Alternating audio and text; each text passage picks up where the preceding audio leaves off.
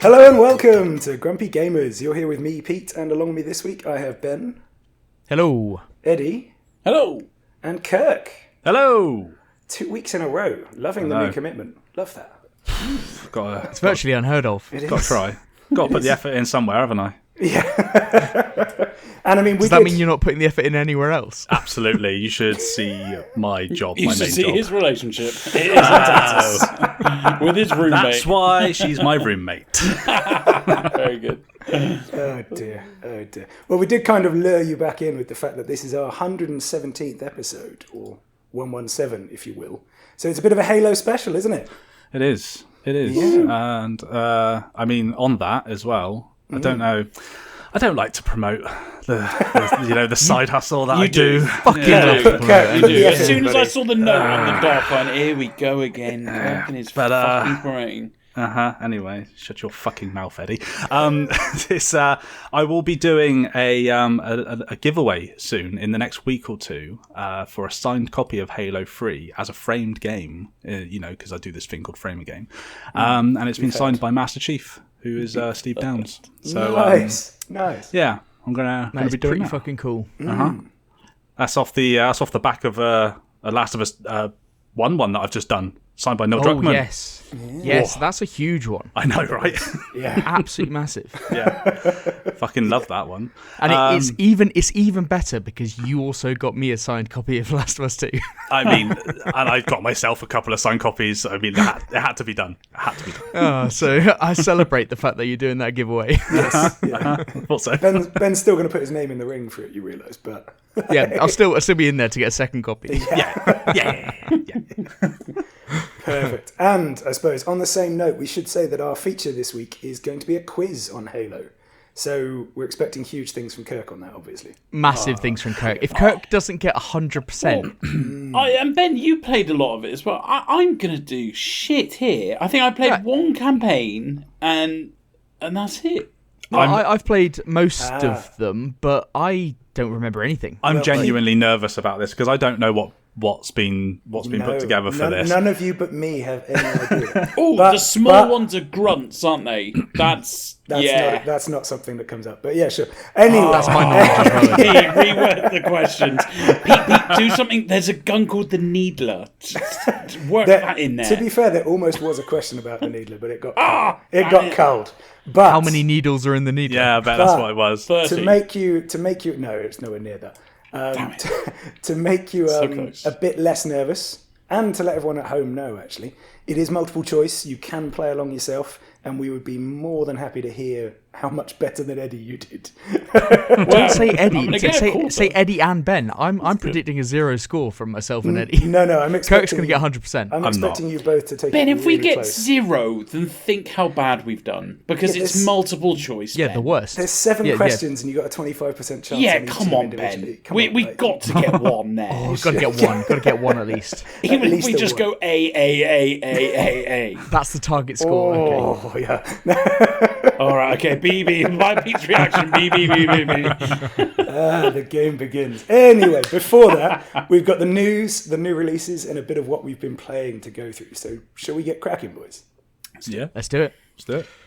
Right, we'll start with the quick news. Update from last week. Since last week's episode, that story that we did about the build issue on the PS5, you know, it was when it was stood up. Yes. And there was like an issue of internal metal leaking. Liquid or- metal leaking. Yes. Yeah. All been debunked. Yeah. Of course it there has. we go. Of course it Complete has. bollocks. Yeah. Just like we said, complete bollocks. Didn't make any sense. It's since been retracted. There Can was like people like that get sued for that? So they can, can't they? it's an interesting one, I think, because I think the guy that originally came up with this, I think it transpired, and they could be slightly wrong on this. I mean, they were wrong to start with.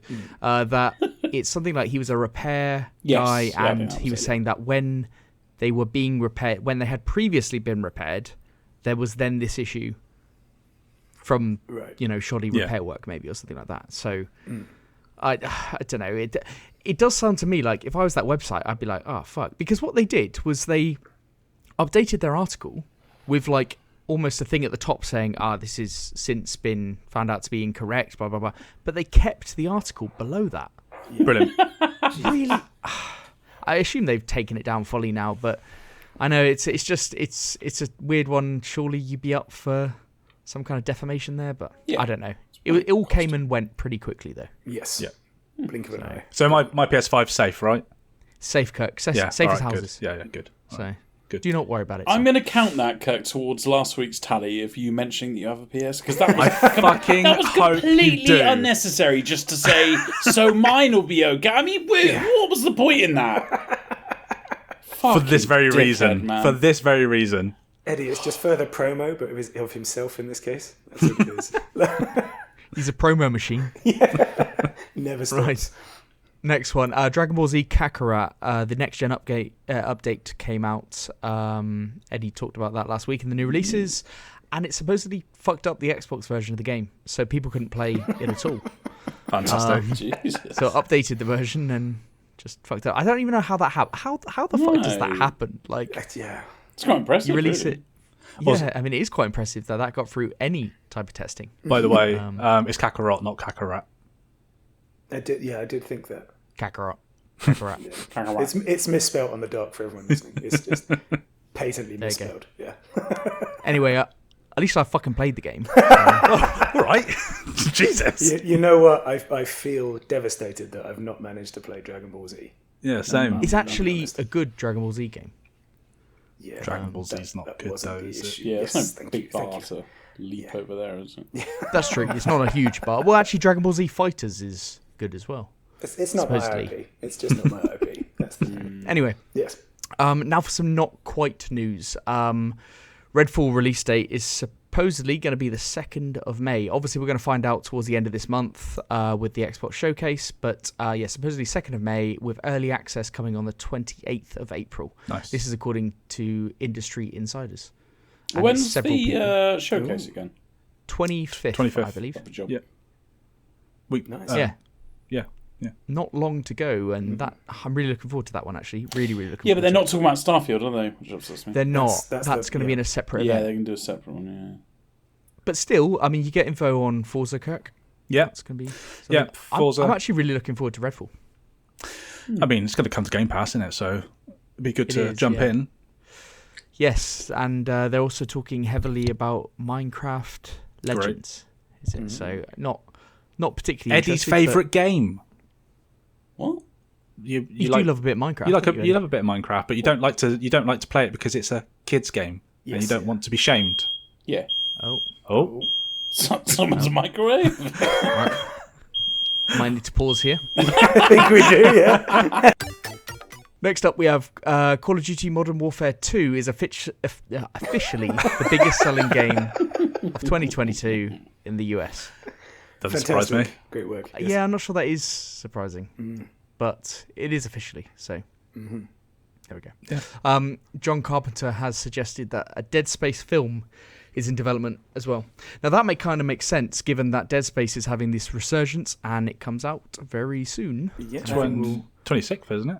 Yeah, it's going to be in the new releases next week, isn't it? So, yeah, I'm looking forward to that one. So, film supposedly in development. That's That's a good idea as well, because horrors had such a resurgence in films as well. So They have. yeah. I think I would love a movie. I'd probably only watch 20 minutes of it personally, but Very you got to scale it back. Oh, probably very like good. 2 Kate. minutes. Yeah, compared- I got it. It took me a second, and I assume you'll then say the movie's really poor. exactly, yes. Yeah. You're It a just monster. doesn't age well compared to nothing. Yeah. Doesn't age right. He's gonna wait Right. for the remake. 20 years' time. Don't actually watch the film. Next up, Pokemon Scarlet and Violet has a major update planned in February, so that's the next one. There was a smaller update a few weeks after release, but yeah, the next major one is in February. It's just said there's unspecified bug fixes and functionality. Now, we all know that there's performance issues in that game, and it definitely needs, I think it needs some kind of fixing to frame rate and things like that, but it's not really been hot on what it's going to fix, but it's got to be good news, I think, at this point. It was atrocious, some of that frame rate stuff in that game, honestly. Yeah, it's one of those things that isolated looks terrible. Yeah. When you're playing it, you kind of get used to it, but that is You shouldn't have to get used to it, though. that is no excuse. But we play a 30 frames game these days, and you get used to that, even though it looks atrocious to start with. So, I mean, this is another kettle of fish, but never mind. Right, PlayStation Plus Premium and Extra packages have had a lot of games added in January, and they've just been announced. So that includes, and there are a lot more than this, but Back for Blood, Devil May Cry 5, Life is Strange, and Life is Strange Before the Storm. Don't know whether they're the remastered versions or not. I couldn't find out whether they were. And Jet Far Lone Shore, which I thought looked really, really good. It was in a PlayStation event way back when. Definitely one to try if you've got PlayStation Plus. Sayonara Wild Hearts was announced as one of these games, but then they said the next day that it was incorrectly announced and isn't actually in there. So if you were expecting Sayonara Wild Hearts to be in there, it's not. Interesting.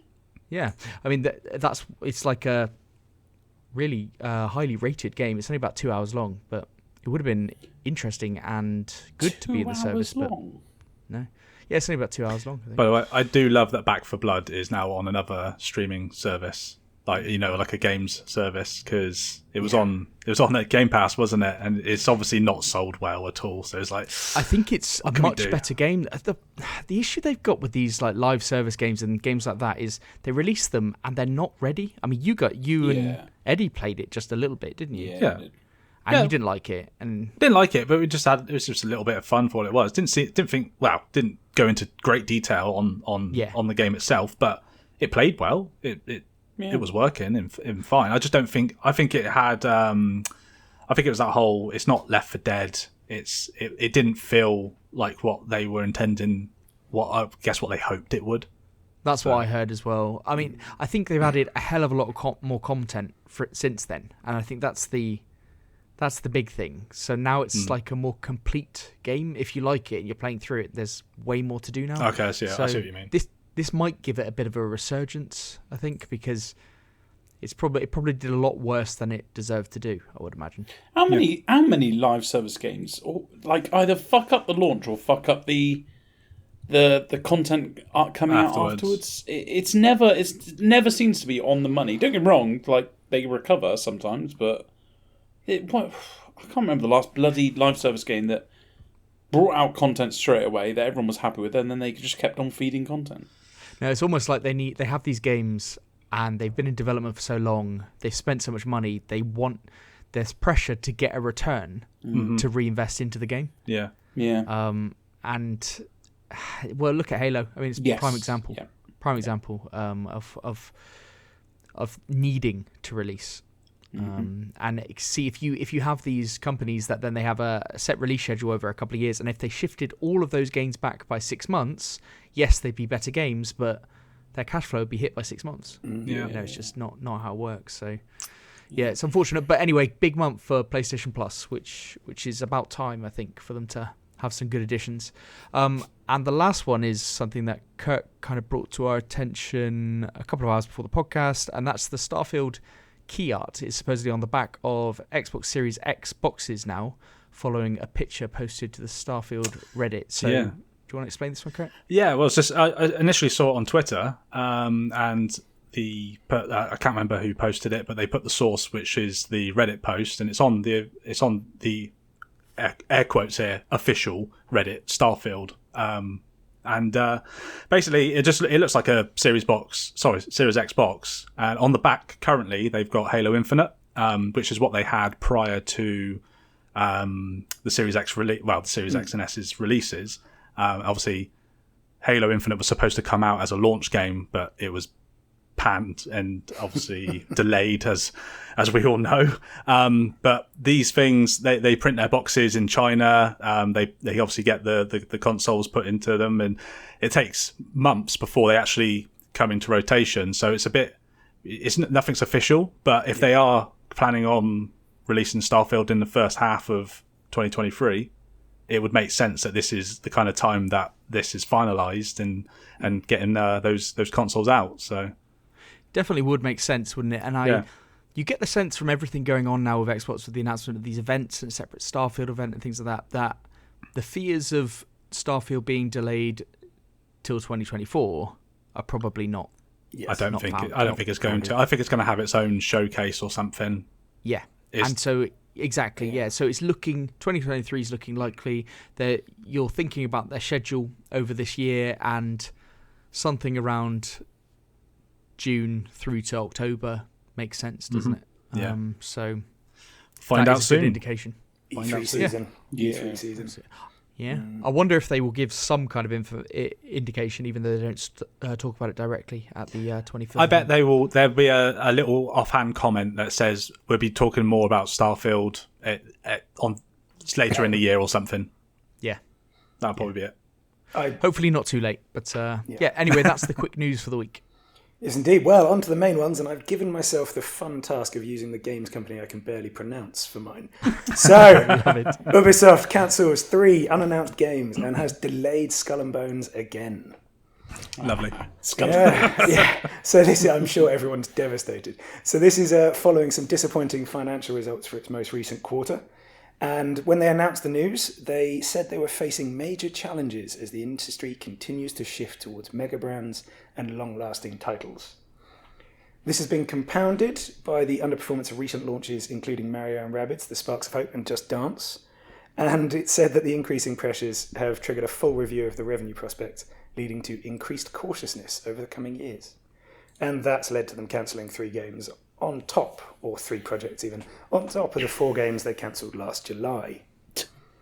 So it's all going well for them, is essentially what we can understand. They also mentioned targeted restructuring, divesting some non-core assets, and usual natural attrition going on, behind 500 million of capitalised R&D being depreciated. Jeez. Good times, yeah. This is all in order to strengthen their long-term growth and value creation prospect.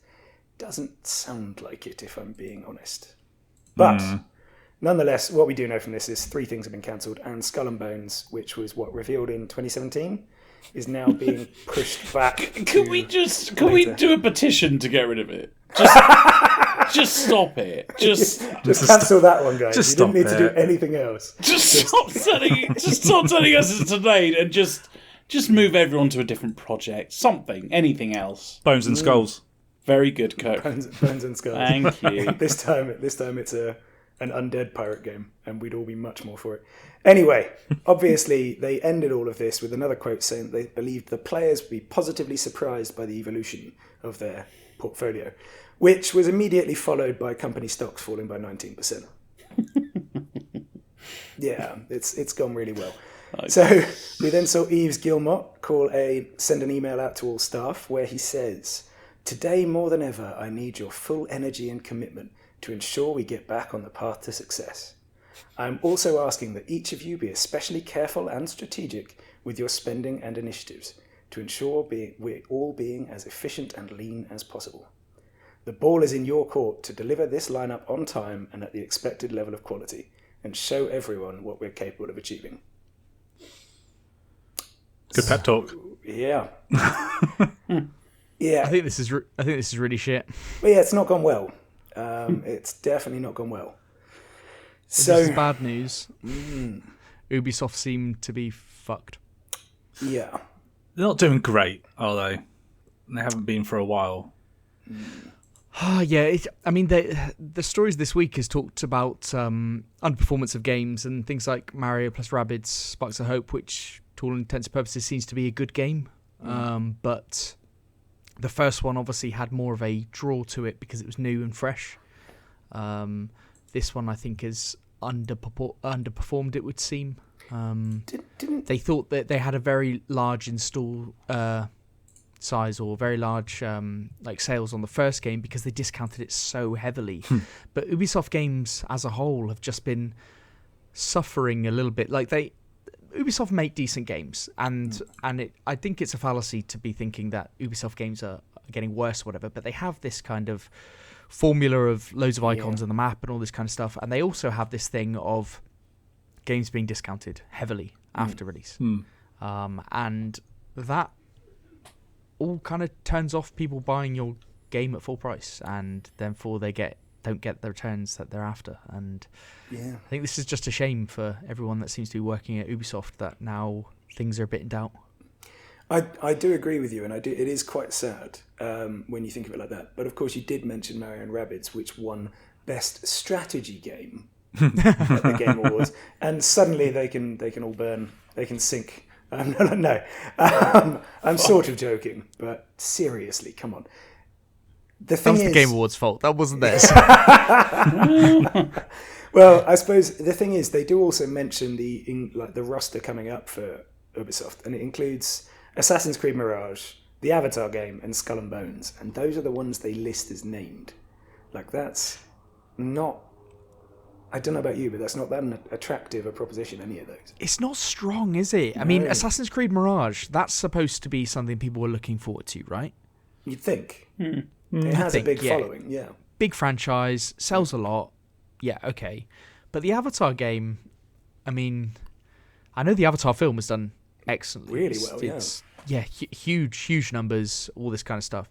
Will a game do as well? I don't know. To be seen. Skull and Bones, though, can you imagine the money that has been spent on that project? Yeah. How many years has that been in development? Since 2013 it started development. Holy moly. Jesus Christ. It's just that's costing a fortune. Yes.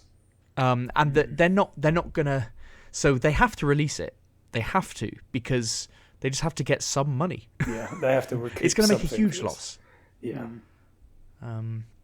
But yeah, it's just a sad state of affairs, isn't it? It is correct, yeah. Does this open the door for them to potentially be purchased? Is it worth purchasing them? Have they got any IPs that need to be purchased? If it is, we'll find out in the next few months, given the way it's gone, won't we? Like, if the opportunity is there, someone will buy them. I actually almost bought Watch Dogs Legion the other day because it's currently on 70% off. You're a fan of a discount, aren't you? I love a discount. It wasn't enough because it was still £11, which is a little bit steep for me. £2 less, and that would have hit the sweet spot. Yeah. Yeah, it's £3 or £4 less. Yeah.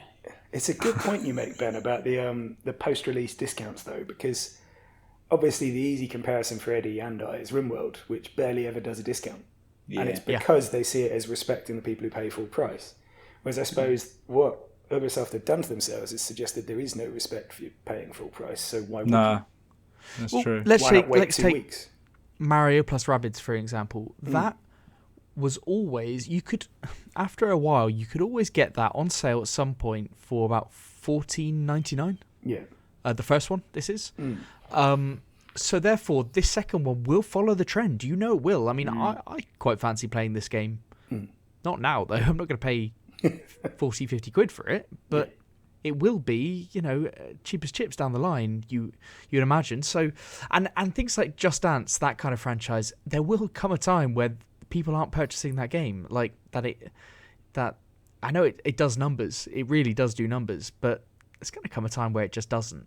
And maybe now is the time. And do you think it'd be beneficial if games companies announced they won't be putting it on any more than 20% sale for 1 year or something? Because that, to me, you've heard me in the past, I said the other week, I bought Elden Ring at 50 quid because I knew that it wasn't going to come down in over a year, so I wouldn't have been able to play it for over a year. So that, to me, who loves sales, I won't buy something at an extortionate price unless I know that it's not going to come down, so I might as well just chuck my money in it now.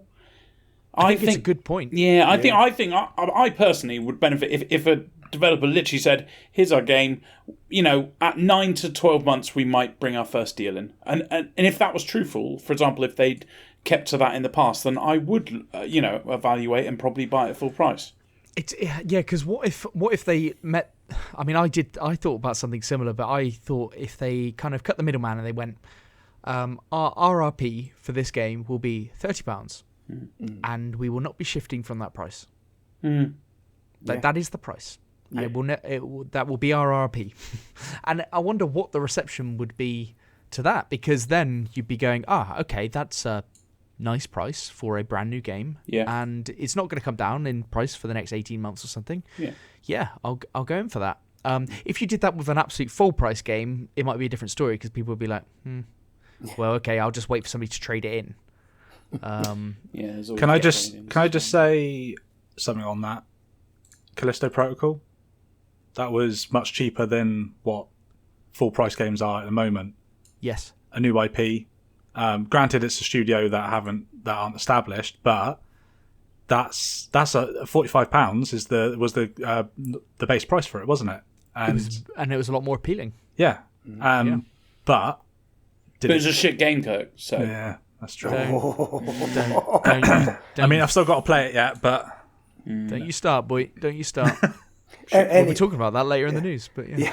Anyway, we are drifting into wild speculation instead of starting there and continuing there. So let's move us on. Eddie, no, it's factual that it's a shit game. Like Eddie, rankings. Eddie, you said you'd probably love it. Oh, yeah, I think it looks brilliant. Like, Ben, I would love to play it. Honestly, looks fantastic. But it's a shit game. Right, moving on. Google and Nvidia weighed in on Microsoft and Activision deal. Yep, as if you thought you hadn't heard enough about the Microsoft Activision takeover. I've got another news story. I saw this on Eurogamer. Google and Nvidia have contacted US financial regulators about Microsoft's proposal about the $69 billion takeover of Activision Blizzard, according to Bloomberg. Sources told the website both Google and Nvidia had expressed concerns to the Federal Trade Commission, the FTC, which sued to block the deal in December. According to the report, Google and Nvidia have warned Microsoft would gain an unfair advantage in mobile, subscription and cloud.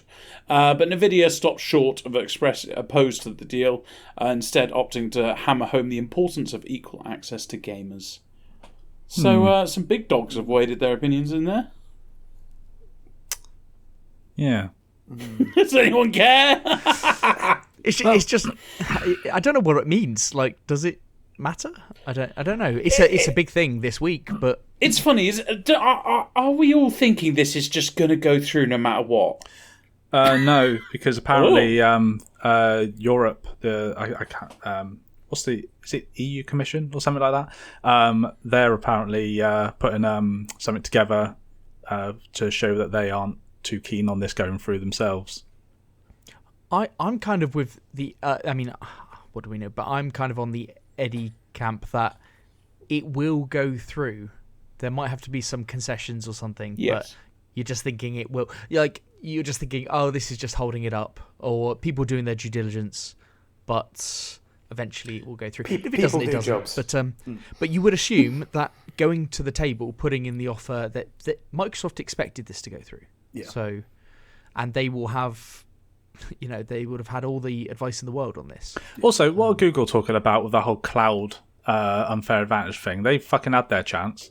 Yeah, if they continue to support their service. Yeah, I did wonder why you even ask Google when it comes to gaming, because it's like, well, you clearly don't know what you're doing, so we might just do the opposite of what you said. But they've got an unfair advantage of something we don't know. I didn't even know they had a gaming division anymore. Yeah, that's it. I shut it down. So, speaking of which, who did they even ask? Actually, yeah. Oh, very good, Kirk, because I can see yours. Thank you, Eddie. Thank you. Very good. He's back. So Stadia controllers are going to work on other devices this week. So I saw this on Eurogamer as well, Eddie. I was on that site. Maybe the stories were linked. So Google has confirmed plans that they are going to release a self-serve tool that will allow their proprietary Stadia controller to function on other platforms via the use of Bluetooth. So what this hopefully means is that the controller that is currently locked to the Stadia platform is going to be usable later as of this week. This is a quote from the article, which is quoting Google themselves. We've also got a Bluetooth news, which is a weird way to start something. Next week, we'll be releasing a self-serve tool to enable Bluetooth connections on your Stadia controller. Which has come from the official Twitter account from last night. We'll share details here on release. So, basically, they're going to allow the Stadia controller to be used on, I guess, your PC. I don't know if it will work with the PlayStation. I don't think it will work with the Xbox. But what would you think of this? You know the Stadia controller, and this isn't a bit. This is a genuine question. Has anybody ever heard anybody go like, "Oh, that Stadia controller is fucking wicked. I wish I could use that. on No. things. Also, have you seen the Stadia controller? It looks like a kid's toy. Yeah, I don't know. I've just never heard anybody comment about the controller saying that, oh, it's really nice. Like, I use the Nintendo Switch Pro controller. I think that's great. I think it's a really nice controller. Like, but I never hear anybody say anything about, is it because Stadia was just not really bought, or is it because the controller just is nothing? Do we look for news on Stadia controllers? I don't think so. I don't think it's There is Maybe we're not there the is audience that. for that. But I do have this. My theory is the fact that the controller does not feel good to hold. Like, just looking at it, it doesn't look comfortable to use. So I don't know. It's just a load of shit. Well, really. I suppose. Surely this is great news because whoever's Yeah. got a Stadia, and obviously Two Stadia people. all the 2 people in the world, they can now use the Stadia controller for like PC games. Yeah, I that's think it's good brilliant. news. And they wouldn't they have got a refund for it anyway? Yeah, because they got the refund for whatever it was a while, not long ago, didn't they? They are doing refunds up. All refunds are supposed to be finalised by actually the 18th of January. I think this is fucking phenomenal. From a 'cause if they this didn't was have to do fucking this. Sony, they would have, I don't know, come around the house and kicked him in the groin. But this is fantastic. They're giving refunds harsh on and Sony. opening up their controller to other consoles. I think this is really, really good. Well done. It does. They save didn't it have to from- do this. Yeah. It's Didn't have good. to do It's it. good in that. That's what I It's mean, good in yeah. that respect. But they're trying to save some face, aren't they? Let's be honest. I Well, I suppose don't- it's like, also- it's like probably the giving minimal the work. money back is unheard of from. I think. Yeah, I know think that is a was- big thing. The actual refunding thing. Yeah. What this could be useful is that where somebody was using Stadia, give an example of somebody using Stadia, and then go, okay, I've got one of those new Samsung TVs, so I'm going to get the Game Pass app, which is now rolled into the new Samsung TVs, and I can use my Stadia controller on the TV. That would work. Yeah. Lovely job. Yeah. Yeah, That'd be nice. Just changing cloud services Lovely little niche to have. Yeah. for that niche gamer. They can do that. Those 2 people. Oh, no, only one of them has that setup though. So that one guy. Yeah, is exactly. gonna be Only very one of them pleased. has the new Samsung TV. All is lost for the other one. Hey, it's no longer just a lump of plastic though. You know, he could use it to flick between like Sky Sports and stuff. You know. I'd don't use know it for whether my it'll be able to do that, PC. No, I'd I'm use not it for sure my either. PC. Everyone's not being so harsh. Be optimistic. Sure, those 2 people. It's are the gonna be best very thing happy. that's come out of Stadia. Let's be honest, guys. Come on. Yeah, that is That's a fair. fair Yeah, shout. yeah, That is fair. good point. That is longevity in that one. Right, my news story.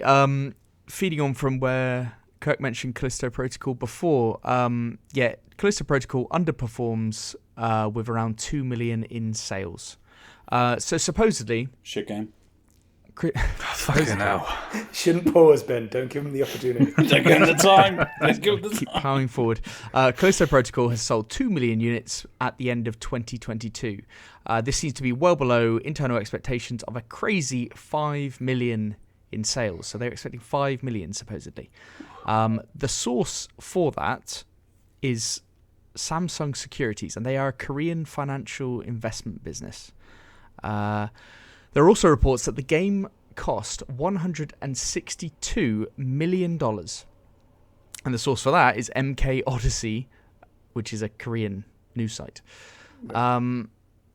Doing the simple maths on this, that means at the kind of standard price of selling the game that they would lose tens of millions on this. Like this is something that would send any other company under. It was their first game, obviously, the developers. So this is send them under. But this was published by Krafton, and Krafton are the PUBG owners and publishers. Okay. So they have serious money, don't they? They do. Yes. Massive, massive money. But now the sequel is obviously in doubt because of how it is perceived to have performed. But this whole thing just doesn't sit right. This story, it's a big story this week. Eurogamer ran the story. They said that Krafton's share price has fallen. Interestingly, that story has literally nothing on the share price. It mentions it tumbling, doesn't mention the price before or after. So Nice. they've obviously done their research. Clickbait. Yeah, absolutely.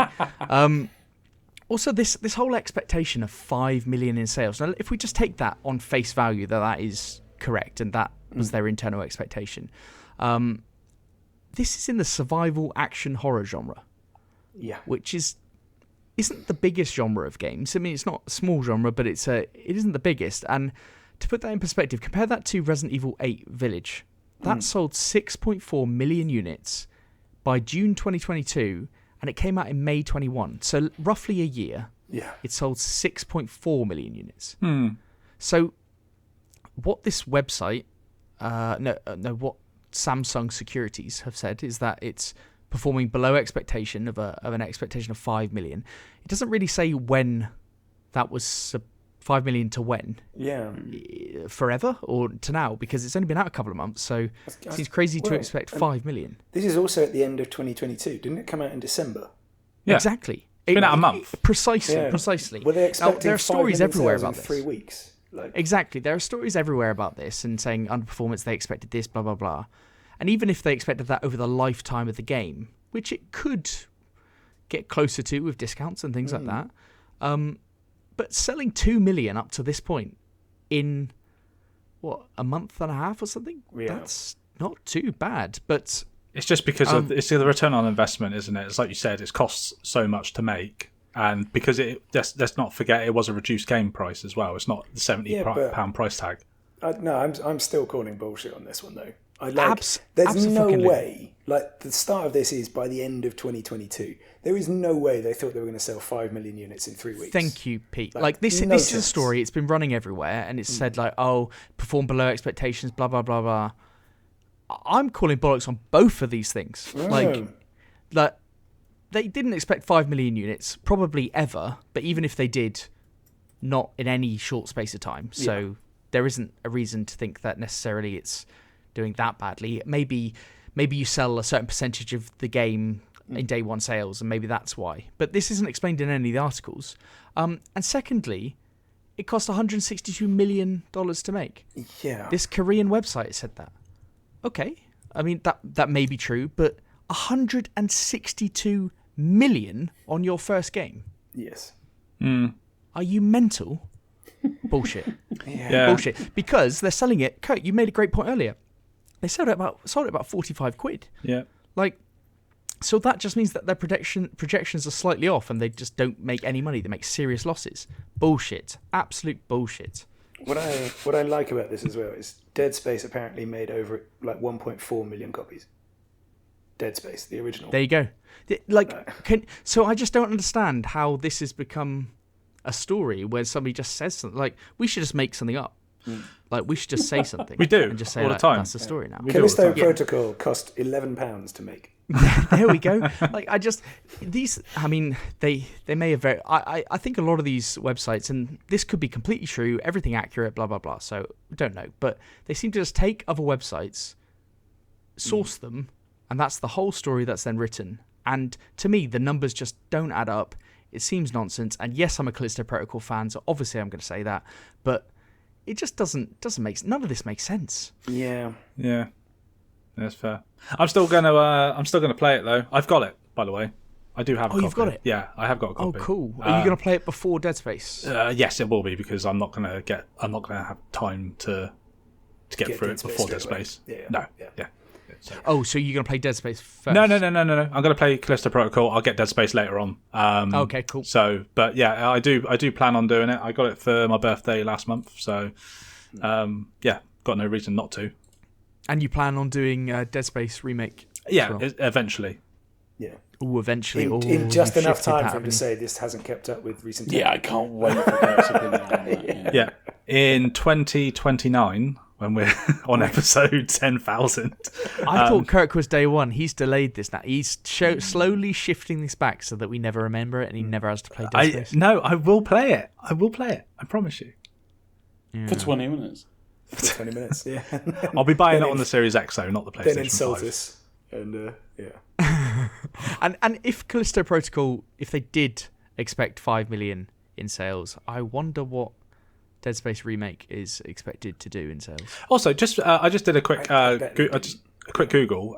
Ragnarok sold 5.1 million in its first week, which is an established IP from an established studio. Yeah, it's one of the two biggest releases of the year, really, wasn't it? Yeah, and I mean, granted, it's not, you can't compare them like for like, but that did big numbers because of its legacy essentially. So I'm a bit baffled as to why this the publisher thought they were going to be able to get 5 million. Well, they wouldn't. I in this don't believe period. they did. It's not. No, I know. So this is my point. Like, I think I'm coming round now to the bullshit aspect of it. But even if it's lifetime sales, no one and none of these articles that I've looked at have given any indication of distribution of game sales like over time. Like when you bring out a game, what's the like a AAA game?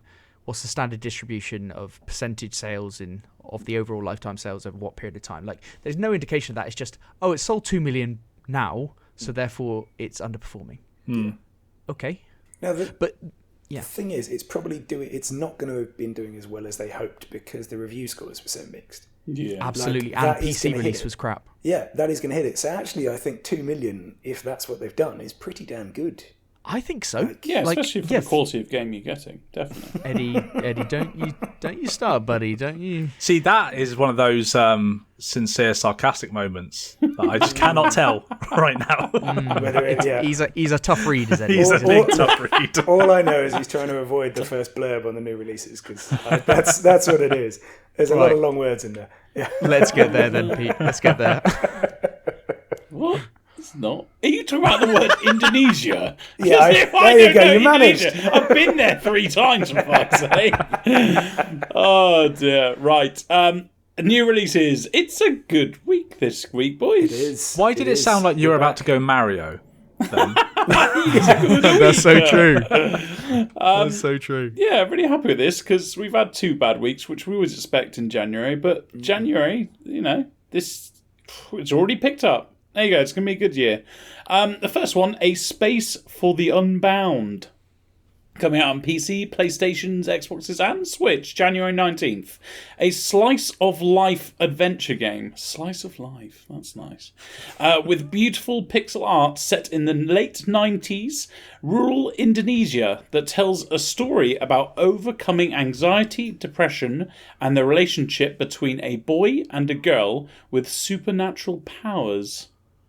Yeah. It's pixelated art style, which I normally hate, but it actually looks quite clean and it's quite nice. It tackles tough subjects, which is always a bit edgy in a game like this, which I quite like. The music is an absolute delight. Honestly, I highly recommend. Just don't buy the game, but just look at gameplay and listen to the music. It's it's beautiful. And there's not enough games set in rural Indonesia, so I'm all in, obviously. 1990s. That's not a sentence. It's not a sentence you hear very often. No! I've always wanted a game in rural Indonesia. It's not a criticism that you hear of the gaming industry very often either. Where's Far Cry 3 set? Oh, that's a good point. That is a good question, isn't it? Yeah. So I just thought, where's Indonesia? I thought, Far Cry 3, it was one of, I don't know. Someone look it up. Yeah. It's a tropical archipelago, at least, but... Yeah, well, there's a free demo as well. You know what? You probably all expected me to shit on this game, but honestly, I think it's the music that did me. It looks really nice. I did expect you to shit all over it. Yes, massively so, yeah. I think we saw this in a Nintendo Direct. Of course it was on the Nintendo Direct. Now, I'm not going to pick you up on that, Kurt, because I actually agree. Yeah, it doesn't look like something I want to play, but... And I'm surprised Eddie actually likes it. And it does look like a next level Mega Drive game. So I'll never ever play it, but I'm not going to shit on it because I don't think we're the target market, and I think what it's trying to do is not appeal to gamers who just want to play games all day. I think it's. I don't think we should be a thoughtful game, a bit more thoughtful. See, the coolest thing about this for me, by the way, is the demo is actually not just a demo; it's a prologue chapter. Oh, cool. I quite like that. Oh, that's cool. It's fits in, but you don't need it. So it's that bit of if you do like this, you're definitely going to get on with the rest. That's a good way to go about it. Yeah, I like that idea. Yeah, and when you get the game, you also get the soundtrack, and you also get an art book as well, which is pretty cool. Nice. Okay, good. You've done some research. Are you sure you're not going to get it? I have bought it. Next one, Colossal Cave, coming out on PC, PlayStation, Xbox, and Switch, January 19th. Colossal Cave is an exciting point-and-click, those things don't coexist. Exciting and point and click. Anyway, let's move on. Point and click adventure into a mysterious cavern. A reimagining of the celebrated text adventure by Will Crowther and Don Woods. Acclaimed game designer Roberta Williams brings you her vision of the game that inspired her to create her own legendary games. You're all probably thinking, who the fuck is Roberta Williams? I did look her up, and she actually... Have you heard of the King's Quest games, Pete? I bet you have. I have heard of them, yeah. Yeah, those old games. She did them. So, okay, she's kind of... A blurb shouldn't be centered around the people that have done people that have kind of contributed to this game's But have you seen the game, Ben? If you seen Yes, I have. Yeah, I've seen the game, Eddie. Yeah. You know what this game made me feel? Sad. Yes. Yeah. Made me feel like MS-DOS. It doesn't wrong. mean that it's bad. It just means that I feel sad. It looks graphically. It looks horrendous. I'm like Dungeon. What was that really good strategy game? Dungeon Keeper, right? Great game. Do you remember when Dungeon Keeper did the like clips where it was like 3D? Yes, That's it what does. this looks like. I mean, that's niche, but if you played it, you know. That's a fantastic reference. Yeah, but look, I bet a lot of people who love the King's Quest games, will play this and they'll actually enjoy it, even though it looks unforgivable. But yeah, there you go. Unforgivable Wow. is a great word That to is- use there. As well. I love that it was so off cuff as well. It's just it looks unforgivable. What? What? Talking about another unforgivable game, Persona 3 Very good. Portable. No. Very Eddie, good. Yeah. Come on now. Oh yeah, PC, Xboxes, PlayStation, Switch, come out on Game Pass as well. January 19th. It's a newly remastered for modern platforms. Ben, did you play the original? I assume so. I never played Persona 3. No, I came in at Persona 4. Oh, I tell you what, this sounds fantastic for you then. No? Yeah, I know I think Persona 4 was like amazing. It was like one of the best ones of the Persona games, and I think 3 was also probably good, but I think as you go back, like they're not as well celebrated. Right, so yeah. But it's I on don't know. Ga- it's I'm on interested to Game Pass, have a go. It's on Game Pass. Surely you'll do It is on Game Pass. Yeah, There you go. absolutely. Also, And it can I- has new remastered graphics, improved smoothness in gameplay, and quality of life features, including difficulty selection and quick save functionality. So apparently the original didn't have those two, which is worrying. Yeah, but it was from years ago, man. Yeah, Eddie, I am very much enjoying the vein of toxicity you've had coming out the last 2 weeks. Please keep this up. I love it. Just so many you know why? snipes. It's They're because you brilliant. remember 2 weeks ago when Ben made me zhuzh you up? Yes. And since then, I've had a lot of hatred in my heart. Because very apparently happy. when I'm nice about something, I have to make it twice as bad for the next 3 weeks. I'm a huge fan. Please keep it up. Yeah, all right. Well, I'll make it a bit positive. Talking about another tragic game, Persona 4 Golden. Very This good. is coming out January 19th on Xboxes, PlayStation, Switch, and Game Pass. It's an enhanced re-release of Persona 4. Is this No, a it- console release as well? Well, kind of is. It was on the PS Vita, so it was on the PS Vita. It was like the Right. biggest PS Vita game. It was the best-selling PS Vita game. I bought a PS Vita just for this game. Whoa, Jesus. You are a marketer's dream, Ben. He is, isn't he? I am, yeah. And ridiculous, this came out on PC about a year ago. So they put it on PC, I think as a throwaway, and then in a week it was like the best-selling game on Steam. And they're oh shit, okay, this sells. So now, obviously, they've decided to bring all the Personas to every console and everything because it just makes fucking sense. Okay. Yeah. Go on. They're huge. I mean, you're just showing yourself up here. Oh dear. Right, let's move on. Fire Emblem Engage and Wave 1 DLC coming out on Switch January 20th. I have looked into it. I think they're doing different waves of DLC. So I think there's 1, 2, and 3, I think. So Okay. they're going to release them like a couple months apart, I believe. Awaken as the Divine Dragon and fight alongside legendary heroes to save the continent of Elos. Nice. Yeah, let's go with it. Should we go with that? Alos? Alos, I think. Ilos. Ilos. In One of Fire them. Emblem Engage on Nintendo Switch. This is a JRPG with turn-based battles. It has a weapon triangle system where, like, you know, swords are better than axes are better than that sort rock, paper, of stuff. scissors. Yeah. Yeah, rock, paper, scissors. Yeah, they call it a weapon triangle system, but they didn't want to call it a rock, paper system. The DLC has different characters and in-game support items, in-game accessories. It also has a silver card. I have no idea what it is, and they didn't explain what it was, but it has a silver card. This is quite a big release. Ben, I'm looking at you, because this has got you written all over it.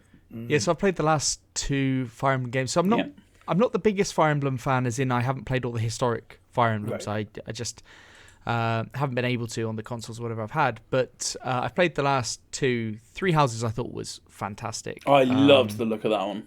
And if I had a Switch, I would have got it.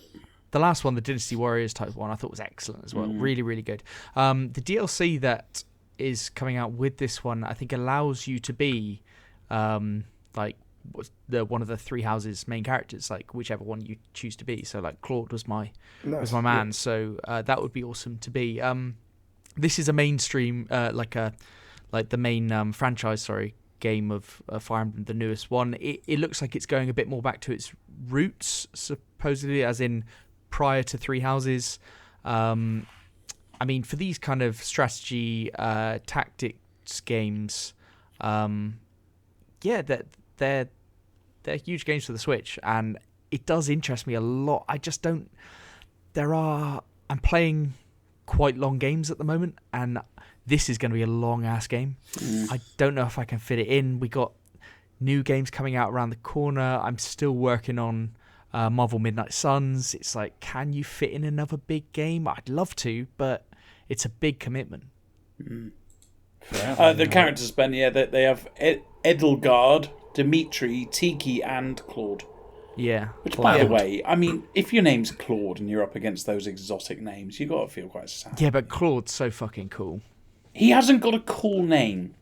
No, he has not, but he is the coolest one. Okay.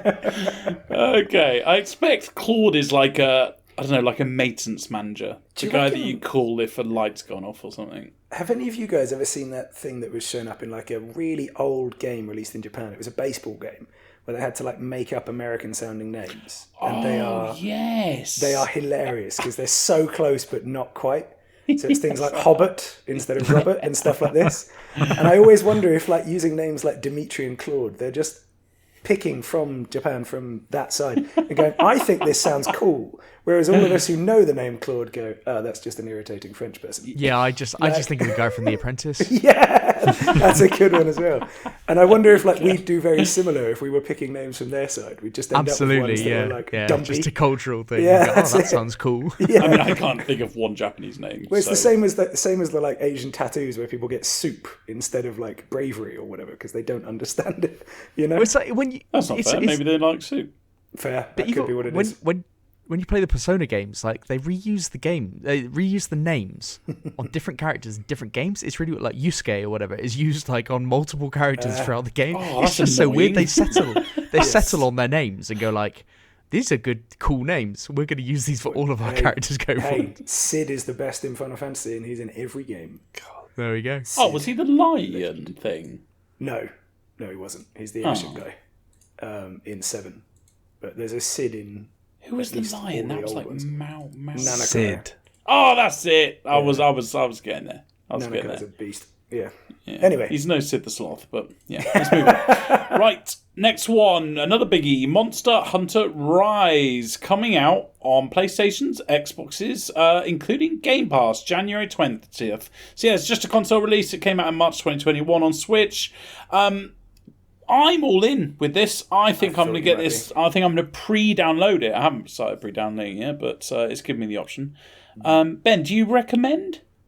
I'm interested to get your take on it, because it might be something that you absolutely bloody love.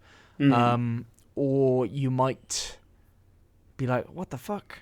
So, because you've never played a Monster Hunter before, have you? No.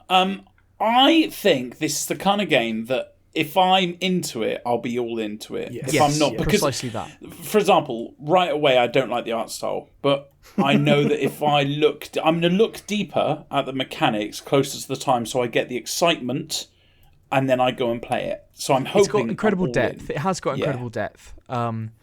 And it's the type of game that, like, you choose your weapon and you become a master in that weapon, but other weapons are completely different. You'd have to change your whole system of doing stuff if you were going to use a different weapon and things like that. Like, I've enjoyed the Monster Hunter games that I've played, but I'm definitely not an avid Monster Hunter fan. Like, I'll play 30 odd hours of a Monster Hunter game and be like, yeah, okay, I know what this is. But other people will play hundreds of hours and just, go all in. So I'm interested to see what your take on it is. Yeah. Well, you'll find out. There we go. There you go. Anyone else interested in playing this? No. It's on Game Pass. I'll probably dip in and see, but it's going to be a little while. We'll explain why later. Ooh, bit of It's intrigue. It's not good for anyone but me, but yes. I cannot wait to find out why that is. I'm excited. Next one, probably the big. I don't know. Maybe the biggest of the week. Maybe someone would say the other two are. Forspoken, coming out on PC and PlayStation's January 24th. Forspoken follows the journey of Frey, a young New Yorker transported to the beautiful and cruel land of Athia. Is that it? Athia? I would go Athia. You go Athia? I go Athia. I go Athia. It's just a pause that you had just Hey, before you're the deciding vote. It's Athia. Yeah, fuck it, smashed it. You didn't. You didn't. You went for the other one first. In search of a way home, You didn't. Frey must use her newfound magical abilities to traverse sprawling landscapes and battle monstrous creatures. Almost burped in the middle of that. Yeah, so this is from the developers of Luminous Productions, the publisher of Square Enix. They don't miss, as men will say. It's an open world RPG. The visuals look fantastic. It has parkour, it has custom arsenal and spells, a female protagonist for you, Ben. Wasn't there some criticism about this recently, though? Didn't someone go off? Well, there was a one? lot of criticism about the trailer. kind of like the initial trailers, Yeah, it the didn't look kind of good enough, did it? voice, the continuous like annoying voice speaking kind of aspect to the game, and then the demo came out, which I thought was decent, but I just thought it was really poor at showcasing what the game actually was. Yeah, remember that. I'm really interested in seeing what the reviews say on this game. Like, I'm really interested. I really hope it's not bad and it reviews fine. If it's over 70 odd, I might give it a go at some point because, yeah. From the gameplay footage I've seen, Ben, I think this looks fucking fantastic. Like, I know I said that on the very first trailer that we saw fucking, I don't know when it was, God knows how long ago. Yeah. But I think it looks fantastic. I like the mechanics and everything. I hope it's really good. I hope once it gets in the hands of a reviewer that has 35 hours or so with it, that it really turns into a decent game. I just thought the demo, as I said, I just didn't think it was good at showcasing what the game was and how good the game could be. But I think behind it all, there is a good game there. I think my biggest problem, obviously, it's a Sony PlayStation game, so it's £1,000. On PC, it's pre-purchase £65. So. Yeah, it's huge. I believe it was one of the first PC games to match the PS5 price. Oh, how noble! Oh, wow. Yeah. How noble. Yeah. Wow. I think Well it was done. one of the first games to do that. Well done, Forspoken. No one will buy it on PC now. Yes. For fuck's sake. All right, next one, and let's all sit back and enjoy my pronunciation of this game. Mahokenshi. There we go. Love it. Better? Yeah. There you go. Coming out on Put PC. about that spice on there. You got it. January 24th. Mahokenshi. Begin your journey to become a mighty samurai mage. What? Okay, maybe too far. good. There's no such thing as a samurai mage. There is now. love There is now. Yeah. I've never heard of that. Also, you clearly haven't seen how Ben plays Elden Ring. But yes, moving on. That is so true. Very good. In a blend of adventure, strategy, and deck-building gameplay, choose how you will follow the way of the Mahokan. It's a Mahokenshi. That's confusing. Explore the Celestial Islands, build your deck, battle challenging demons, and protect the land from the forces of corruption. It's got hex-based 3D maps. The deck building looks good. The visuals look fine. It looks a bit like Pete and an Endless Legend. Do you get a lot of vibes from that? It does. I mean, the UI is really nice. Yes. But yeah, the actual overlay is Endless Legends all over, isn't it? Yeah. I don't like that the maps all look very linear, and the fact that I think you move from one map to the next, that upsets me greatly. But otherwise, I think like the deck building looks great, the UI looks beautiful. Otherwise, I think this looks really nice. I thought Ben would like this. I have wishlisted it. I think it looks absolutely fantastic. There we go. I was hoping that it was on anything but PC, but then I thought, I've got a Steam Deck, so hopefully it runs on that. This looks like a if great it's a good game for price. that. Yeah. If it's a good price and it works on the Steam Deck, I mean, this looks fantastic. Ben, you don't like samurais? But he likes samurai mages. Lord knows I love a samurai mage. He does. Yeah. I don't like samurais, but Pete will point out at any time that he can that I always play as a samurai. Every single game, the Uchi. Yeah. Brilliant. Right, sweet. So I'm looking forward to that. Next one, Risen, coming out on PlayStations, Xboxes, and Switch, January 24th. It's a console release. It came out on PC in October 2009. It's an open-world RPG. The graphics look awful, like properly awful. 2009, yeah. I'm really looking forward to seeing what this looks like on this release. If you want to know, it's very positive on Steam, and it's only £8 on Steam right now as well. So, yeah. I mean, it looks terrible though, but obviously it must be good. Do you want to know how old this game is? It has no video on Steam. Yeah. Only pictures. Yeah. Only pictures. It came out before video was invented. To be fair, I actually went into this and started looking at reviews, and my favourite review I saw for this is recommended with 40 hours on record. Bad combat system, frustrating, ending and last chapters rushed, last boss anticlimactic and really bad, unintuitive quests, clunky movement, countless bugs, would highly recommend. What? I know, I really liked it. I was a big fan of that review. I love it. Absolutely, I love reviews like that. It's fantastic. I'm all in. I'm even more all in after something like that than if somebody went, "Oh, this is incredible." It just, to me, that immediately makes me go, "It's a Bethesda game from mid 2000s, right?" Okay. Absolutely. It just says it's a good old fashioned, honest, good game. Yes. It's published by THQ Nordic. They don't miss. They fucking shut up. Don't. They must miss. They've got so much stuff, it's impossible. They don't miss, Pete. Just like SpongeBob SquarePants, The Cosmic Shake. They don't miss. Don't miss, man. Honestly, I suppose if you are firing with the biggest shotgun in the world, it's hard to miss, like, overall. There you go. That's a great point. Brilliant. Right, last one, World War Z Aftermath. Kept coming out on PlayStations and Xboxes January 24th. So this is a console release. Came out on PC in September 2021. It's a co-op horde zombie game. I have seen like a million clips of this. It all looks the same to me, but it's very positive on Steam. And I guess it can be fun, but yeah. Did you get the title right? Are you sure it's not Back for Blood? Exactly, yeah. Just looks like the fucking same sort of thing. Like that. I have played this game, and I was really intrigued by it because it's like zombies, obviously, and I fucking love a zombie. But there are just so many other games that do co-op like this that I think are better. Also, when did World War Z film come out as well? I think they kind of missed the train on this. Yeah, but this is an older game, and World War Z games has been out for fucking ever, isn't it? Yeah, I suppose. Ben, I got more vibes because I've seen a million of the old zombies jumping over whatever stages and you have to shoot them all.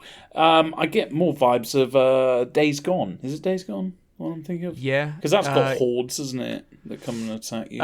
Yes, when they're chasing you, yeah, absolutely. Yeah. I mean, this World War Z does have like fucking thousands of zombies at times, doesn't it? And like you just mowing them down and stuff. I think it can be quite fun.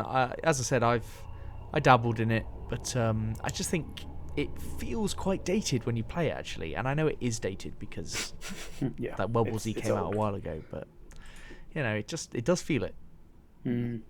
Yeah. Right, well, that's it for new releases. My pick of the week, it's quite controversial. It's actually Forspoken. Oh. Yeah, I think if I had unlimited money, I would get this pretty much day one, and I'd probably play a lot of it if it wasn't terrible. Do you know what I've noticed? You'd get a lot of PlayStation stuff if you had unlimited money. Yeah, because PlayStation are disgraceful for the amount they charge. Okay. Unforgivable. Not only their consoles, their controllers, their games, everything with a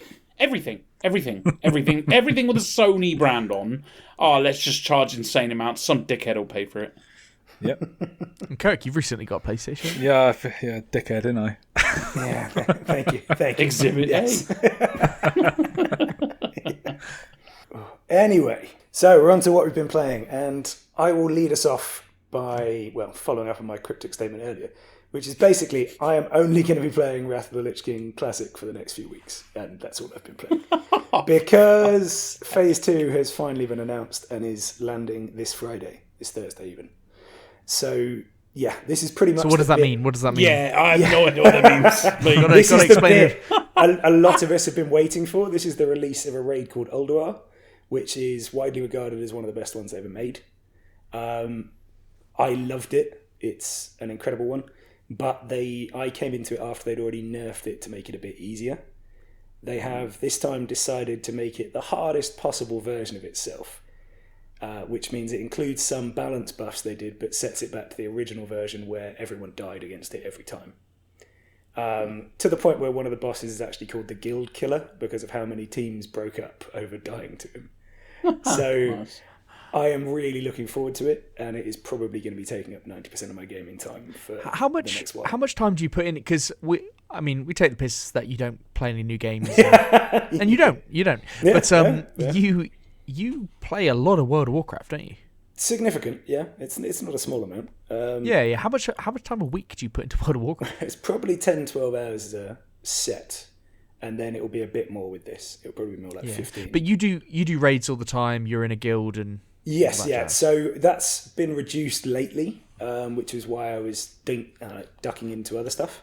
But yeah, a lot of it is you've got 2 different versions of each raid you can do. You've got all sorts of daily stuff that you need to do in prep for that. And yeah, there's 4 raids to give you an idea. There's 4 separate raids, and 2 of them take at least 2 hours, if not more. Wow. Time, and you can do each of them in 10 and 25 man mode. So yeah, significant jump. Yeah, big time. Yeah, but it's literally the bit we've all been waiting for, and loads of people are streaming back who'd, like me, got a bit bored and wandered off to play other stuff in between. So what happens after this one? Is there more to this Wrath of the Lich King? Yeah, so there's 2 more phases. Each of them tied to like the main raid, with the last one being taking on the actual Lich King in Icecrown.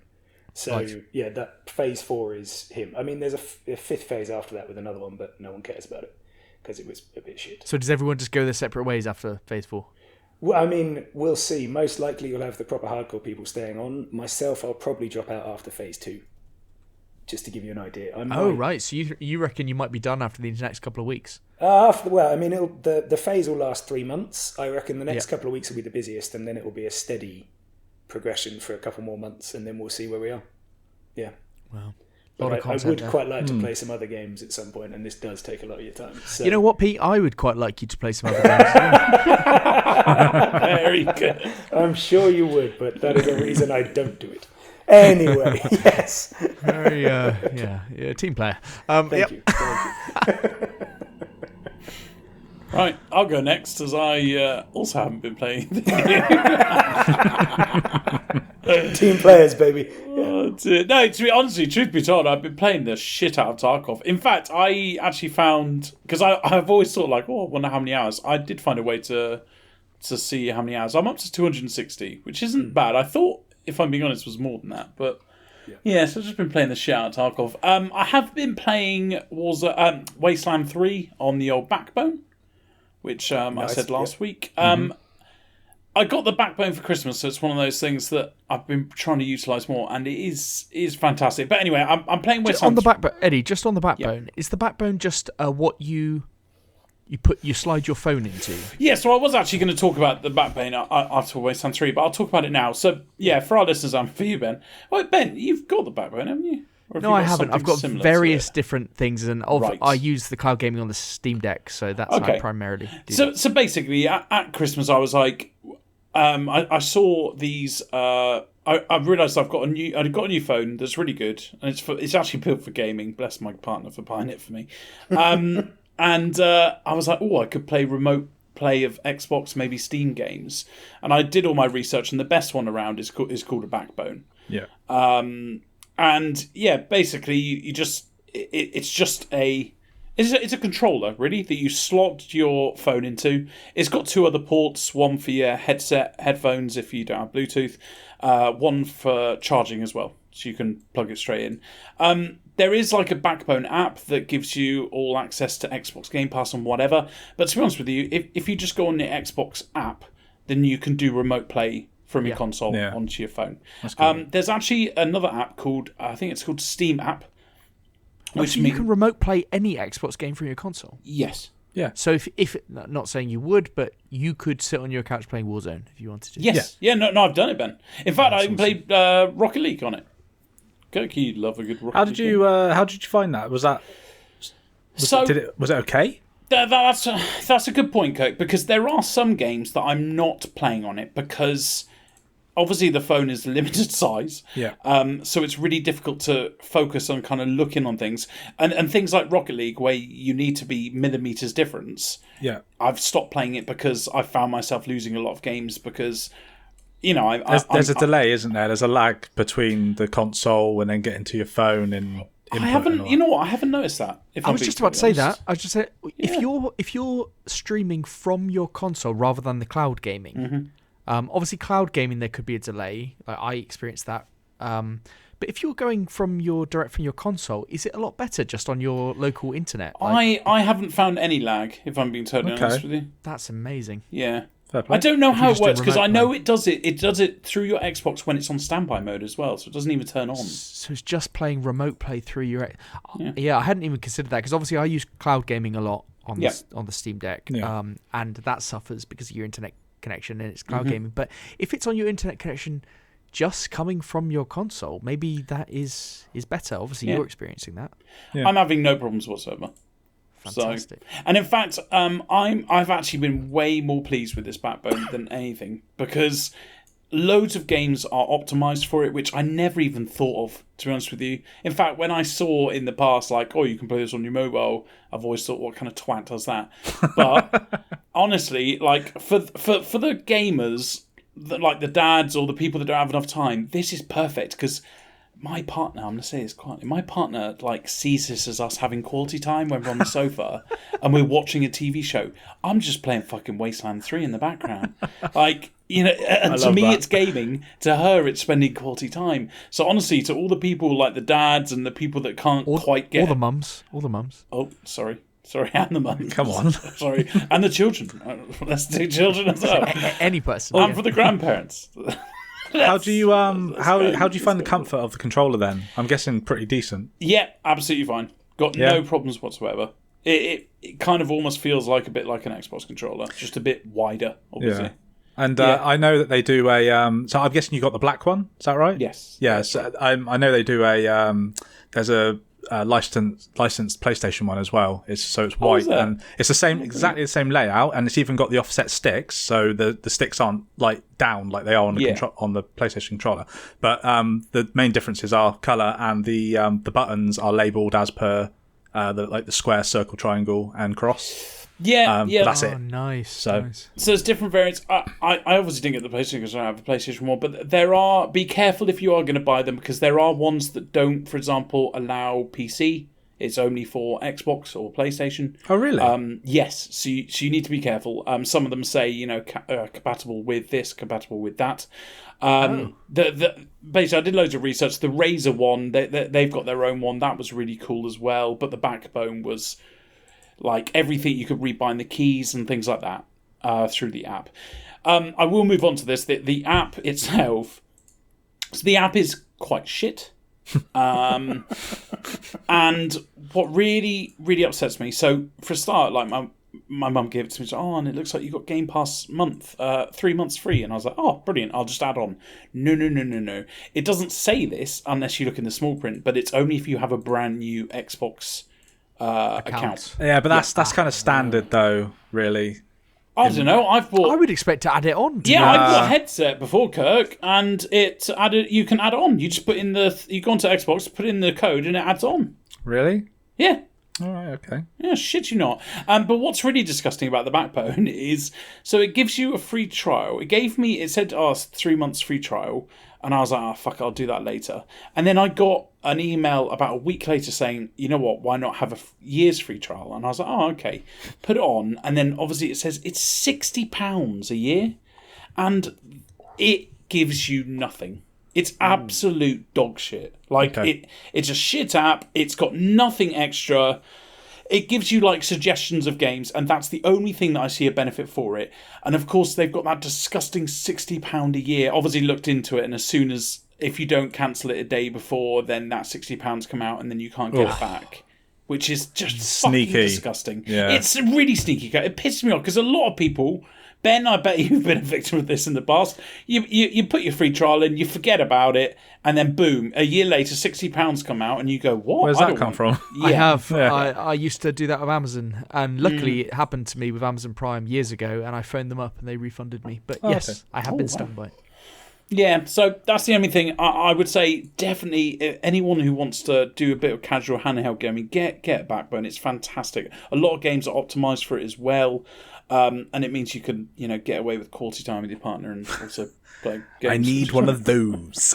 Yeah, honestly, it's just delightful. It means I can play Tarkov with my hardcore gaming time and then keep Ben happy by playing little games here and there. Little shitty games with quality time? Well, not shitty. Wasteland 3 is a fantastic game. Wasteland 2 was one of the best games of all time. But, okay.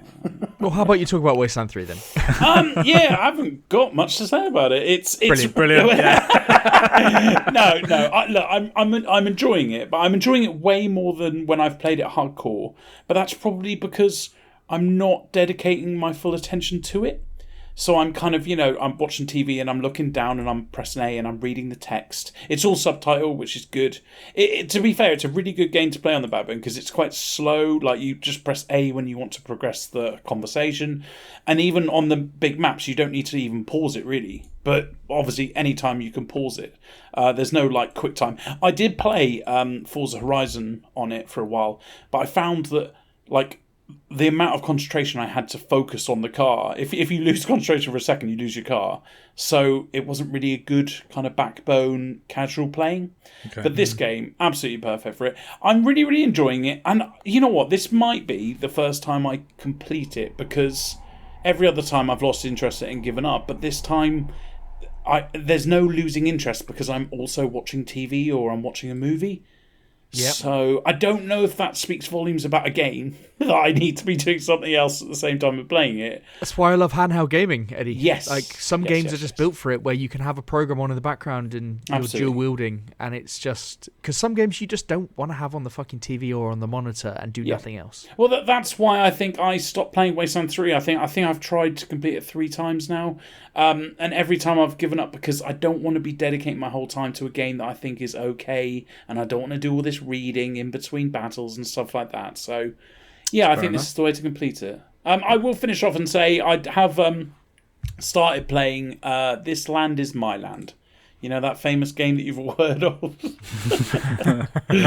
Even I don't know this one. There you go. I've had this game on my wish list for about a year. It's in early access still, I think. Of course. But and this shows how much I really wanted to play this game. I bought it for £11. Whoa, hang on. Breaking the bank. Okay. Calm down, boy. Calm down. It's been over 30. I think it's been about 40 quid for a year, and then it was on a huge sale for the winter sale, so I snapped it up, and I've dipped in now and again. Don't get me wrong, I'm loving Tarkov so much that I haven't tried to give it the time of day because I know I won't enjoy it because I want to go back to Tarkov. But this week, I'm going to give it my time of day, and I'll talk about it next week. It's basically a Native American RPG. Lovely. Okay. All right. There you go. Okay. Shall I lead us on? Yeah. Yeah. Okay. Well, Eddie, I don't know if I've told you before, but I got a PS5. So because of that, I can play At exclusives. least it's not frame a game every other sentence, I guess. I also frame games and PS5 games as well. So, I've been playing. I haven't played too much of it, but I've been playing The Last of Us Part 1. So this is the. You've got a signed copy of this game, haven't you? I fucking do, mate. By Neil Druckmann himself. Love that. Fucking love that. Very good. So yes, I've been playing this. I was a little bit worried to put it in the fucking console actually, because obviously. Oh, you put the actual disc. Yeah, the disc got to go in. Disc got to go in, but it's fine because it was signed in a Sharpie, so it stayed on. It's fine. I wouldn't have risked that. You're a madman. I've got the sleeve. If you My know. Last of Us 2 is never going in that console. I mean, I've obviously got the digital version of the game, so it doesn't matter. But What are you fucking talking about? So yes, been playing part 1. I did play the remastered one back when I had a PS4 like 4 or 5 years ago, which I loved, enjoyed it thoroughly. But obviously that was a remaster of the original one that came out in 2013, I think. This has we've spoken about this before, haven't we? It's the whole.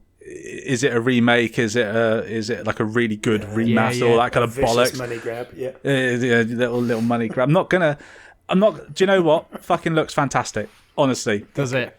Yeah, it really does. Cutscenes obviously have more polish because they just do. But gameplay, I'll tell you what, the fucking lighting in this game is fantastic. I know I just said fantastic twice, but gets it. It gets it. Just did fantastically. Fucking fantastic, mate.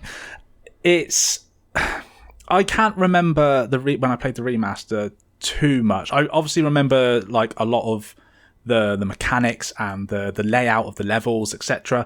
But I can't really envision what that looked like back then. But what I can say about part 1 is it is fully like immersive in the sense of everything. There's so much vegetation on the ground, on the buildings. The destruction of the city that you're in. When you go in through little nooks and crannies of the buildings, when you're kind of sneaking around, you've got your flashlight on.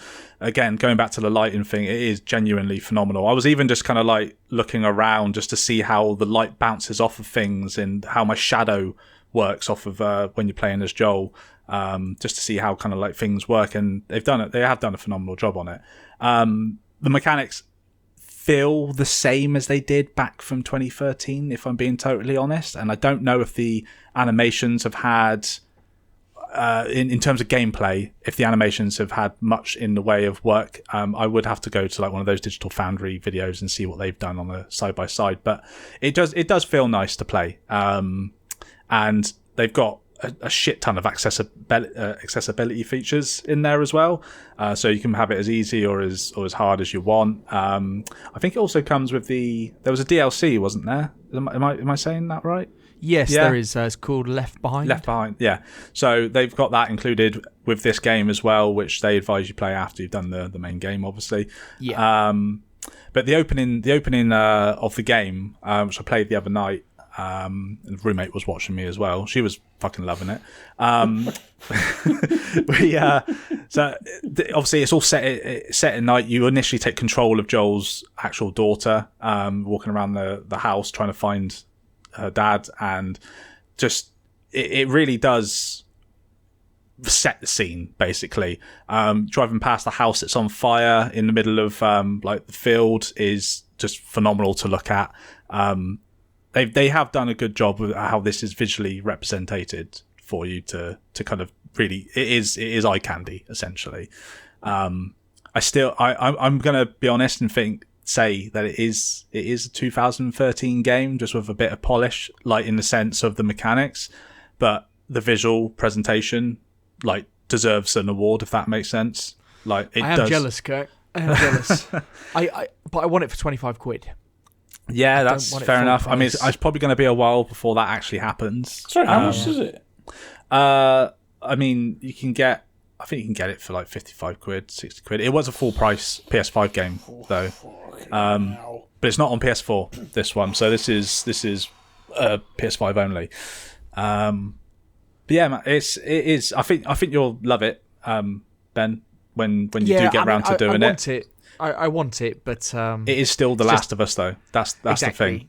Exactly. And this is only my second playthrough of the game ever because I only did the remaster a few years ago. So it's a good time for me to jump in now and then obviously hop on to part 2, which I haven't played yet, which I'm quite excited for. I mean, when I'm scrolling through Twitter or like on TikTok or something and something comes up that's Last of Us 2 related, I'm like, fuck off. I don't want to know. Obviously, I know what happens, one of the big turning points in it, but I don't know anything else about the story and I don't want to see how it happens either. Like, so I'm just, I've somehow managed to avoid everything. So it was the beauty of playing the game first time, like as it came out, that you don't get any of that. I really want you to play that second, but especially after playing this one and how good this one looks, I'd like you to play the second one because I think that part 2 is one of the best looking games I've ever played and also one of the best games. Yeah. So I'm really interested to get your take on that. But tell you what though, the animation side of things, when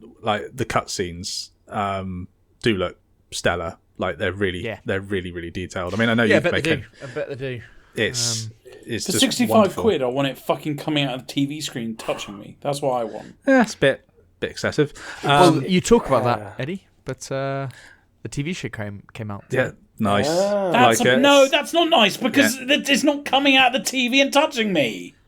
That's you haven't what heard it about is. it yet. You've said it twice now. It doesn't make it any better. It just sounds odd. But hey, I mean, what's that actor be? I love him. He is Pedro very Pascal. handsome. Well, I'm going to talk about him. He's a handsome man, isn't he? He can touch me. Oh, for fuck's sake!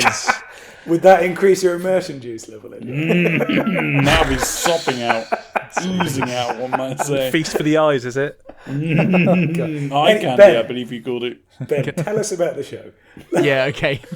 So I'm just going to talk about the Last of Us TV show this week. So came out today as we're recording. So some people would have seen it by the time this comes out. The first episode is an hour and 19 minutes long. Jesus, lovely. That is it's a big old first episode. It is. That's a movie, yeah. And exactly, when I sat down this morning to watch it, I was like, ooh, this is a film. This is a longie. You can tell from the outset, though, the budget is big.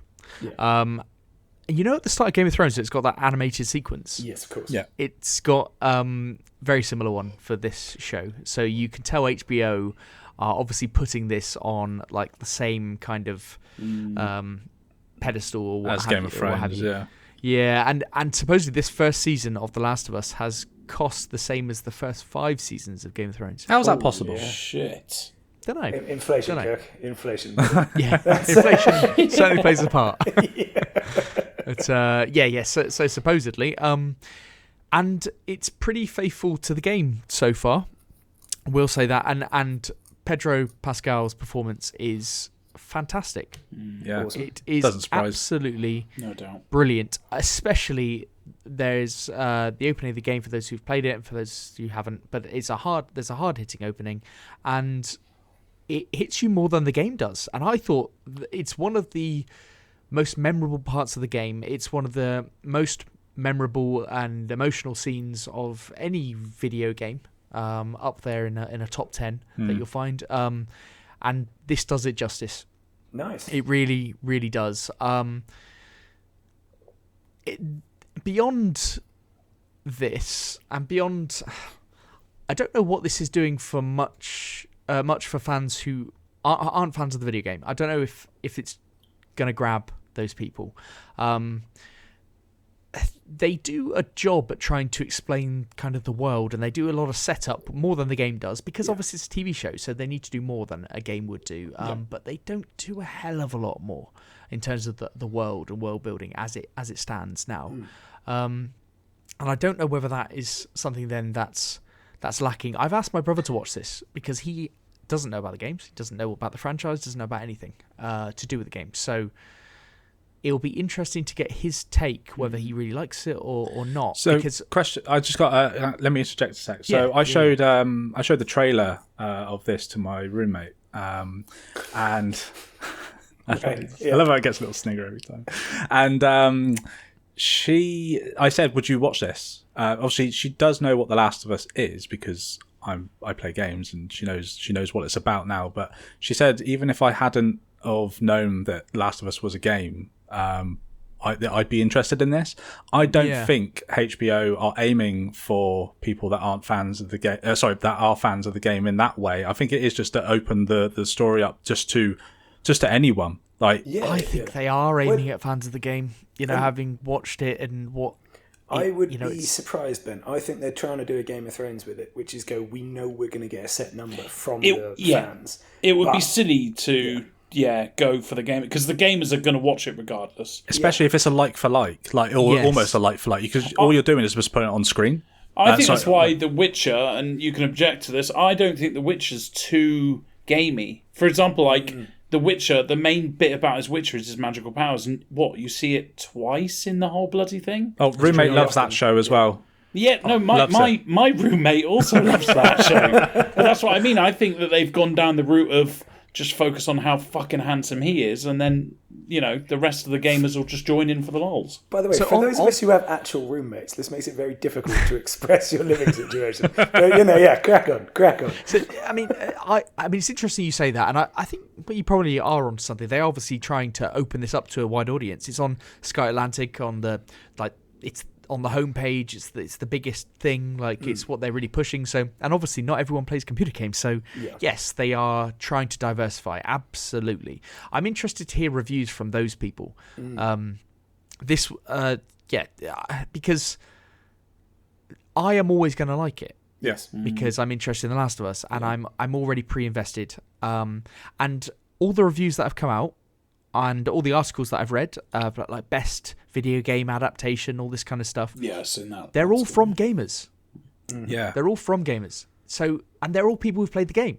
So, of course you're going to like it. It's there's almost like the of course factor also, to it. the gamers are going to be the biggest critics, though, as well, of it. They are, but when you have, when you're following it that closely, and when you're putting that many kind of Easter eggs in, and yes, you're right, they are big critics, but the way they've done it very much appeals to gamers, I think. And it's just weird. I was watching, scrolling through Twitter, as you do, and seeing multiple tweets from people about how much they love it and all that kind of stuff, which is brilliant. And they're obviously tweeting mid-episode. They're saying, I'm at this point and I'm loving it so far. I'm thinking, you're loving it so much that you're tweeting in the episode. Yeah, that makes so much fucking sense, doesn't it? Can I also something that I saw? There's been a couple of clips. Obviously, they're doing the rounds of promo for this, aren't they? And I saw a clip of Pedro being interviewed where he was asked, "Have you played The Last of Us?" And he said, "No, I haven't. But once I got this gig, essentially, I started playing it, and I just kept dying because I couldn't get the controls down, and then my child just took it off of me. Like, it was like, that's not how you do it. And you're like, you never fucking played it, did you, mate? I heard that they were told not to play it. Him and Bella Ramsey, that they were told not to play it. Oh, really? Thought, isn't that weird? Isn't that a weird take? But I don't know. You don't know how much is true of all this stuff. But you could do this clip was funny as fuck. I was just like, that's cringe, that is. I really like him as Joel, though. It really does it work. Works, does it? So far. So far it does. It was good. I think it was good. You'll hear a lot of people saying it was fucking insane. It's awesome. It's 100% on Rotten Tomatoes. All this kind of stuff. Like, the reviews for this are insane. I'm happy to watch more. I do. The second game is far more compelling a story than the first game for me. And hopefully, if it gets that far and it's got future series, that will be. I can't wait to watch whatever his name is in season 2. Pascal, whatever. Yeah, Pedro's going to get Game of Thrones. Yeah, spoilers. But the first one comes to a compelling conclusion, but the second game story is compelling. Like when I played the first game, I thought it was good. I thought it was an 8 out of 10. The second one is a 10 out of 10. So if this one succeeds in its first season, then we're really in for a treat going forwards. The one thing that I have when I was watching this was that I don't see an awful lot here for somebody who doesn't already know about the game. But that's beyond that very emotional start that kind of kicks in. I thought it was good, but we'll see where it heads and see whether it holds a massive audience. How many episodes are there? I think there are 9. I think there are 9. It's a weird number, They're isn't probably. it? But, I know the first one's an hour and 20 or whatever you said, but they're probably going to be like 45 after that. Isn't that how? Yeah, I would in imagine America? so. it's a lot of. They probably follow the same path as as Game of Thrones. Yeah, do. I So imagine they they will, vary yeah. wildly, don't they? Really, but Yeah, so about an hour. like Kirk, you're going to watch it, aren't you? Yeah. I would like to watch it now. I've got it's available, but I just can't watch it at the moment because we're going to play through the game first. How do you watch it then? Sorry, I know it's HBO for America. Is it here? Now TV? Now TV, Sky Atlantic, it's on. Right. Yeah. So you have to have Sky. Yeah. No. Now TV is a subscription. It costs like but £7 it's a month. Also owned by Sky, but yes. Yes. Oh yeah. yes, Oh yes. sorry. Yeah. Misheard you. Yeah, My you have to apologies. have the ability to watch Sky channels. Yes. But yeah, it's all right so far. It's good. Excellent. Yeah. Okay. Oh, yeah. I just read the last line there, and you've ended on a more positive note than you put in your notes. Yeah, I know. I thought it's all right. Fantastic. Yeah. Which is, I don't see an awful lot here for non-video game fans to come back to. Nice. Yeah. Yeah, that was my last line that I wrote down. But it's all right. I just like to make sure it's easy. I might have been being a bit harsh. I don't know. We'll see how it pans out. That might honestly, age very badly. Anyone only on it was Twitter, season please 2, eh? do let us know. Right, so it's time for the feature, lads. And we return to Halo for the quiz. Halo quiz. I was hoping someone would try and do the Gregorian chanting. Fantastic stuff. Okay, we should all have prepped this and done a 4-person intro. Oh yeah, we should have. If we did it together, then we could harmonise it. It'd be wonderful. But I'd really have to make sure that our lines were in order. that would be exactly on point. No, The sounds hardest like edit Ben has ever done. Anyway, we're here. We're at the quiz. We're expecting Kirk to get 100%. Jesus. We've got 7 multiple choice questions for you at home to listen in and go for as well. So we ready, guys? Kirk, ready. if anyone beats you, they get a free frame a game. There you go. There you go. Yeah, There's incentive. Let's talk about it. You heard it first. I didn't agree to anything. All right. Calm down. So, question 1. How old was John 117 when he was first selected for the Spartan program? A, 4, B, 6, C, 10, or D, 12? How are we doing this? We call out your answer. It's not that hard. All right, Kirk, go first. Oh, No. Nice. Kirk goes That's last. what I was thinking. Kirk goes Ben. last. Okay, Kirk goes last. do I have to go first? Yes. All right, well, it's going to be 4 or 6. They were the first 2, right? That's A and B. The other ones were older. Yeah. It's going to be fucking young, isn't it? 4's a baby. Can't do that, right? 6. Okay, so you're going B. Yeah. Okay. Oh, but 4's like dad, and 6 is like Come walking on. around. Make your calls, boys. There's a buzzer. All right, I'm gonna go really early. I'm gonna go 4. Okay. I'm going B. 1 point to Ben and Kirk. Oh, Someone keep track of the scores because I haven't feel doing that. All right. just put it on the dock, Pete. Fucking. I've got a separate doc. I'm looking at you. right, Then can't just the doc. put that on that Thank dock, you. then. That's a lot of effort, Eddie. God, Fucking hell. you're literally answering me. What Right. difficulty is it for you? I'll keep score here. So good, right? Anybody Thank at you. home who's Jesus got Christ. 1, we're in the lead. Eddie's There you losing. go. Eddie's a loser. Eddie's losing. I was yeah. always Question gonna number lose. 2. I don't know anything. Question number 2. What genre was Halo Combat Evolved originally supposed to be during development? A, an FPS. B, turn-based tactics. C, real-time strategy. Or D, a twin-stick shooter. Who goes first now? Eddie goes first this time. What was the game? Sorry. Halo. Original Halo. Oh, the original Halo. What was it supposed to be originally? What was it supposed to be? Original Halo. I thought you were talking about that. No, Do you remember there the was a original tactics Halo. game? Yeah, there was. Original Halo, was it A, FPS, B, turn-based, C, real-time strategy, or D, twin-stick shooter? I'm gonna go C because obviously they did create one of those games later on. So Bold call. I'm gonna go with C. Call. Real-time strategy. Kirk? I think it's C as well. Okay. Yes. And Ben? I'm going to go for turn-based because they were all the rage, right? They were. They were, but in you're those days. completely wrong and the other two are correct. Yes! Fucking Yes! come on! Holy shit, I've got a point. I thought I was going to end on 0. Yes! Okay, that's great. Yeah, we're ahead of the curve for two of you so far. It's a good spot so far. And Have you Kirk is noticed Kirk 100%. just copied No pressure. each of us each time? Yeah. You noticed that? Kirk, stop copying it. Don't worry, guys. Kirk is going first. in the Yeah, you next little question. Right, snake. here we go, Kirk. Question number Snake. 3. What are Master Chief's final words at the end of Halo 3? Fucking. Is it A, No fucking. it's just getting started? Ooh. B, I need a weapon? C, it's finished?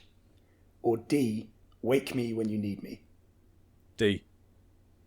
Bold. Yeah, I was either going to go with A or D. And probably because it's recent, I'm going to go with D. What happens at the end of 3? Don't try and bring I'm not context giving into clues. it. What was the first one again, Oh, Pete? Benny's put to sleep. The first one, it's just getting started. He's put to sleep, is he? Yeah. I was hoping you wouldn't remember that bit. Oh, what did you go, Eddie? Did you go D as well? Yeah. Yeah. Right, I have to tactically go D here. Everyone's saying No, snake. Ben, you Congratulations, can't. yes. Pete, objection. No, there were no rules around how decisions were made. So Kirk can just copy it. You know, fuck you all. Yeah, all right. We're moving on to question Was 4. that right boys. then, was it? Yes, D was correct. So right, at the moment, okay, good. it's 3-2-2. You should have told me told to me you make was it put to sleep, you attainable, just lied. boys. Come on. Eddie said that, not me. Eddie remembered this better than I thought. Anyway, question number 4. Who originally announced Halo Combat Evolved to the world? Was it A, The Rock, B, Steve Jobs, C, Bill Gates, or D, Daddy Phil Spencer? Who's going? It's Ben first we're this back to time, Ben. isn't it? Yeah. Yeah. It's me. Mm-hmm. I think I know the answer to this, though, so they're just going to copy. Oh, in which case, Eddie, you go. No, Pete, you can't just say that. Ben, answer. I'm joking, it's Ben. Come on. Steve Jobs. Oh, really? Okay. Is this the first Halo, Pete? Yes. Was it The Rock? He was on stage, right? No, Steve Jobs. Yeah, I'm gonna locked go. in, Sorry, I'm gonna go with Steve Jobs as well. And going The Rock. Well, we're now all tied up at 3 each. then. Yes. Boom. Kirk is Yes. incorrect. Because Bungie, yes. Bungie wasn't Microsoft. It was not. Yeah, it was beforehand. So it was the first thing with the first gameplay shown of it was on a Mac. Shit, it was, wasn't it? Yeah. Yeah, And my God, it has. When you look back, it has not aged well, guys. But still, that's what gaming on Apple will do to you. Okay, so we're on to question 5, and you're all tied at 3 each. Good.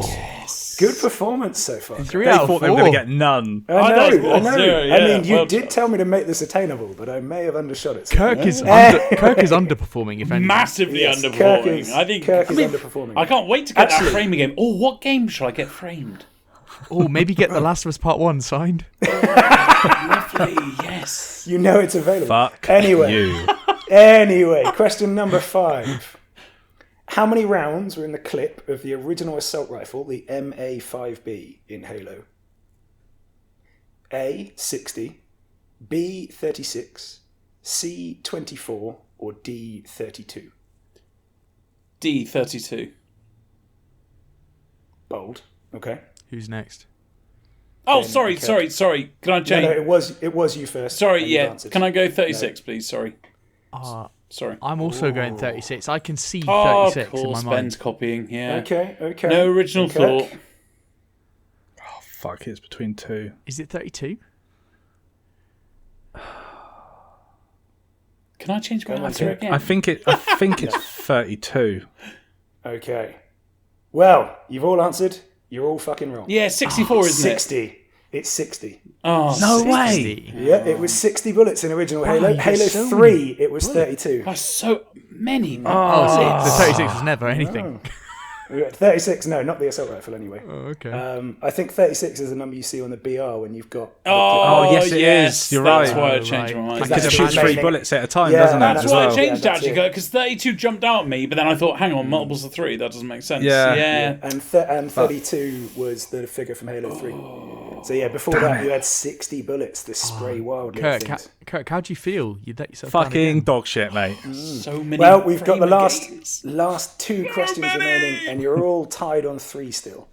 So, according to Sergeant Johnson in Halo 2, what do the ladies like? Is it A, fast aircraft, B, killing the flood, C, heavy weapons, or D, armor plating? Kirk, you're first here. See. Okay. Can you say those again, Pete? A, fast aircraft, B, killing the flood, C, heavy weapons, or D, armor plating? I think it's. Oh, are you going A, Benny? I'm going to go A for fast aircraft. That's what I'd be Okay. interested in. I know the quote. I know the Okay. quote. It's either A. That's the exact 2. I guess We'll like pick if one. he's driving a car, but I don't remember that. So I think maybe like there's a rocket launcher involved. I'm gonna go with heavy weaponry. Okay. And you're all wrong. It's armor plating. Ladies Fuck. like What? armor plating. Why would the ladies like that? Is that? It's the bit where he goes, where the scorpion comes out on the bridge, isn't it? I think so, yeah. Oh, is he referring to the Scorpion? Yeah. Yes. He could have been Ladies referring to like its speed. Armor plating. Or to its its weaponry, heavy- Ben. or its heavy Yeah, weaponry. that's it. Either way, my God, you're all still tied on 3 after 6. Oh, It's god damn. Oh, pull Kirk, back I'm in the doing balance, so boys. shit. No. I'm gonna go kill myself. Final and deciding question. Who goes first on this one? Is it Ben? Yes. Oh, shit. We go Ben, Eddie, Kirk for the answers here. Oh, so Kirk gets all the advantage for the last one. Yeah, he does. How It's is that unfortunate. fair? for him. It's, He's look, the fucking look. Look, Kirk, I've sent you my invoice. That's all I'm saying. Let's move forward. Question number 7. What is the name of the first ship commanded by Miranda Keyes in the series? Who's Is Miranda it Keyes? A? Oh, that's not a good sign. Is That's that not a Alicia good sign. Keys' sister? Is it A, the Pillar of Autumn, B, Forward Unto Dawn, C, In Amber Clad, or D, Say My Name? The first 2 sound like Halo things. Can you say those 2 again? The Pillar of Autumn and Forward Unto Dawn were A and B. Right, so I'm going to say it's not going to be the obvious one. What was the last called? Say My Name? Yep. Yeah, I'm doing that. Say My Name. You're going for Say My Name. Okay. Good You man. know what, Good man. Pete? Can you get Kirk? Do you mind going next? Because I'm going to answer something different to both of you, just for entertainment value. Okay. I think it's Forward Unto Dawn. Yeah, I think that too. Yeah, B, locked in answer. no, I'm joking. So you think it's B, Kirk? Yeah. Who's Miranda Yeah. Keyes? It's Captain Keyes' Like that daughter from the matters, first Ben. She game. becomes the ship commander in remember, Halo isn't 2. So Pete, what are my choices? A and C. What were they again, please, sir? So A is the Pillar of Autumn, and C is In Amber Clad. I'm gonna go with A. I'm gonna go with A. Okay, we have your Definitely answers. not A. We have your answers, and you're all fucking wrong. Oh my it was a 50-50. It's In Amber Clad. Oh, it was nearly Say My Name. And the reason I had this is because it's also one of the best songs on the Halo 2 soundtrack, by the way. It's called In Amber Clad. It's a fucking tune. I knew My I'd life. never heard of a ship called Say My Name. They're Pillar actually, of Au- just for the Pillar of record, Autumn Ben, is the there first one. ship. Yes, Pillar of Autumn is the ship that gets destroyed in We Halo were doing 1. so well Yeah. after 4 questions. We did, didn't we? But, yeah, you were. But I should tell you, the UNSC Say My Name is a marathon class heavy cruiser in Halo. So it's actually a ship. Right It's for an these actual boys. ship. Fucking It's hell. an actual ship. It's there at the Battle of Earth. It's yeah. There we go. It was there. It The was Say fucking My there. Name. At the Battle of Earth, it was there. Yeah. Can you just imagine, like Picard contacting them? What's your designation? Say my name. What? What? But unexpectedly, we do have a tie with all of you under 50% at 3 each. Did you plan for this? No, I obviously. knew he wouldn't. I knew he wouldn't. Oh my god! So Knew you he haven't even wouldn't. got a tiebreaker to be So we like got a closest number tiebreaker, and all two. of this is just No, up to- you're all as inferior as each other. That's what we've got. Can't you just come up with one now, like closest to? No. I think what should happen is next week he should have one question that can only leave one winner. Yeah. So I don't like, know how. Hold on. Well, no, I think that's a very much impossible thing to do. no, it's not. You just do like closest to, so you have like it's a Yeah. number-based question. Yeah. Do a number-based one. Okay. Actually, give me a moment. I might be able to do that if I All can right, find it. we're gonna have a. Here you go. And it is closest to, and Eddie, I'm bringing the Needler into it. I'm bringing the Needler into the game. Finally. Outside of the loaded clip in a full Needler, how many rounds are there in the gun? And it's the closest to. Outside of the loaded clip. Yeah, because you can't tell how many shots you've got in the Needler when it's in the clip, but you can tell how many you've got left afterwards. Oh, okay. How many is it? Because it says in the bottom right corner, doesn't it? Yeah. So you just got to take a punt and be closest to. All right. There you go. 24. This time, 20. What, you think that's all the rounds remaining after one clip? Okay. Yeah, 24. Yeah. Because then you have cool. because you have like 3 goes at it, don't you? Like 12 round, 12, and then 12. Yeah. That's what I'm saying. There's 24 left. He's taking a punt. Okay. It's a logical. All right, you poo-pooed it, so it's obviously wrong. But yeah, fine. Okay. Kirk? I don't know. Got to be higher than my number, Kurt, because Pete said that I was a moron. So Yeah, but he also could be Massively, like playing a game. playing I the don't game. know. Yeah, I You know what could Pete's like, I could sneaky just be fuck. being a dick. Yeah. Yeah. that I checks do out. new. As well. That checks out as well. I'm gonna. Don't be a cunt here, Kirk, and, I'll go say with something 30. like, oh. Oh, 30. Only just above. Okay.